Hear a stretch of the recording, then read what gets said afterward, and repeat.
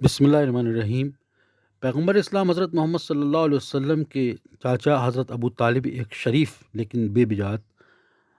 غریب انسان تھے، اور ان پر اپنے بڑے خاندان کی کفالت کا بوجھ اٹھانے کی ذمہ داری بھی عائد ہوتی تھی۔ وہ کم سن حضرت محمد صلی اللہ علیہ وسلم کی ضروریات زندگی کو پورا کرنے سے قاصر تھے، لہٰذا یہ طفل یتیم 8 سال کی عمر میں ہی اپنی زندگی کا بوجھ اٹھانے کی خاطر محنت اور مزدوری کرنے پر مجبور ہو گیا۔ اگرچہ ابو طالب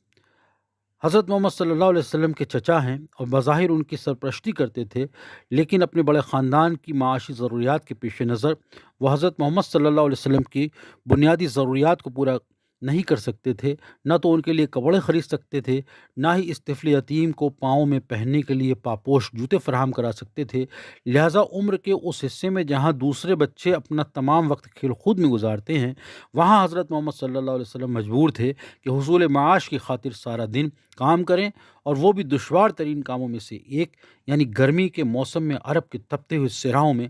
مویشیوں کی دیکھ بھال۔ حضرت محمد صلی اللہ علیہ وسلم کے بچپن کے دور میں تحقیق کرنے سے ایک بات واضح ہو جاتی ہے، وہ قابلیت اور استطاعت جس کی بنا پر وہ طفل یتیم، جس کو اللہ تبارک و تعالی نے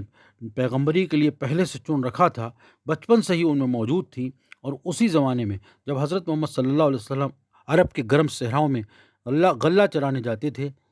ان کی یہ عادت بن چکی تھی کہ اپنے آپ میں کھو کر سوچوں میں ڈوب جائیں، اور صحرا غور و فکر کرنے اور اپنے آپ میں ڈوب جانے کے لیے بہترین جگہ ہے۔ دنیا کے قدیم جو پرانے مذہب ہیں اور عظیم مذاہب اسی وجہ سے تپتے ہوئے صحراؤں میں ظہور پذیر ہوئے ہیں، اور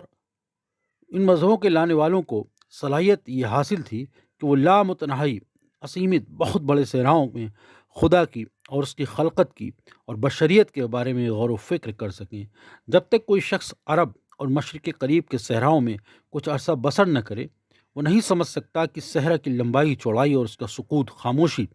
کس انداز میں اس کے افکار، خیالات میں پھیلاؤ اور اس کی سوچوں میں استحکام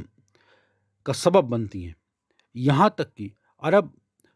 اور مشرق عرب کے صحراؤں کے پودے اور بوٹے بھی یورپی پودوں سے مختلف ہیں۔ ان گرم صحراؤں میں کوئی بوٹا ایسا نہیں ملے گا جو معطر نہ ہو، حتیٰ کہ عرب کے صحرا کے کانٹے بھی، جنہیں خار مغیرہ کہا جاتا ہے، ایک دل پسند خوشبو رکھتے ہیں۔ اگر یورپ کے معمولی اور بے خوشبو پھولوں کو عرب کے گرم صحراؤں میں لا کر بویا جائے تو 1 یا 2 نسل کے بعد انہی معمولی پھولوں میں سے خوشبو پھوٹنے لگتی ہے، اور یورپ کے چھوٹے پودے ایک درخت کا روپ دھار لیتے ہیں۔